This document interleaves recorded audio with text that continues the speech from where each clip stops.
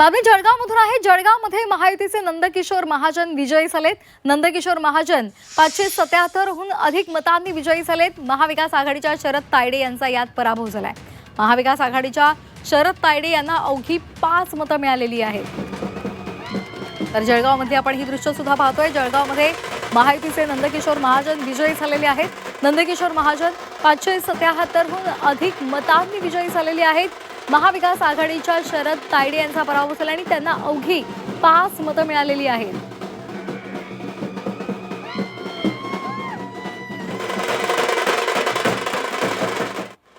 तर नागपूरमध्ये सुद्धा भाजपचे राजीव पोद्दार हे विजयी झालेले आहेत। राजीव पोद्दार 552 मतांनी विजयी झालेत।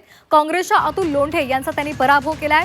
महाविकास आघाडीची 99 मतं फुटलेली आहेत। आताची महत्त्वाची बातमी आपण पाहतोय नागपूरमध्ये भाजपचे राजीव पोद्दार विजयी झालेत।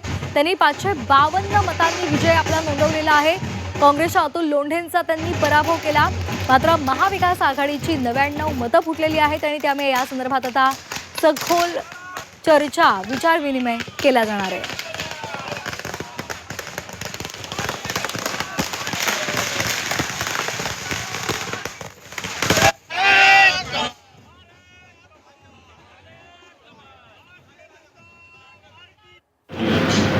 आजचे जे निवडणूक झालेली आहे जे निकाल आलेले याला पण कसं नाही, मला निवडणुकीचा निकाल काय लागतो ह्याचा माझा प्रश्नच नव्हता।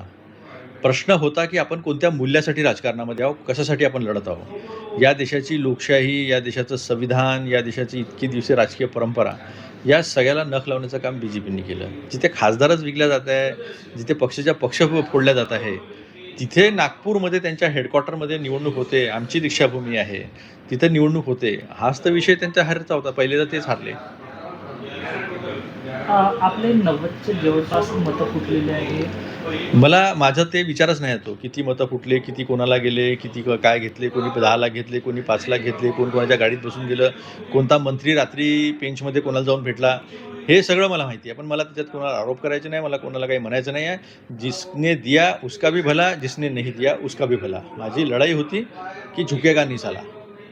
लोकशाही निश्चितपणे आमच्या जवळ महायुती म्हणून 582 मतं होती आणि मला 682 मतं मिळाली आहे। म्हणजे 100 मतं ही महायुतीजवळ जेवढी मतं होती त्यापेक्षा अधिक ही मला मिळालेली आहे। आणि काँग्रेसचा तर अतिशय वाईट पराभव त्या ठिकाणी झालाय।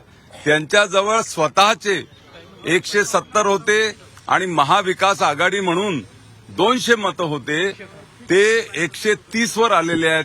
म्हणजे महाविकास आघाडीचे 70 मतं आणि काँग्रेसचे 40 मतं हे त्या ठिकाणी त्यांना मिळालेले आहे। मोठ्या प्रमाणात काँग्रेसचा दारुण पराभव या निवडणुकीमध्ये झालाय आणि त्यांच्या नेतृत्वावर मोठं प्रश्नचिन्ह या निवडणुकीच्या निमित्तानं निर्माण झालेलं आहे।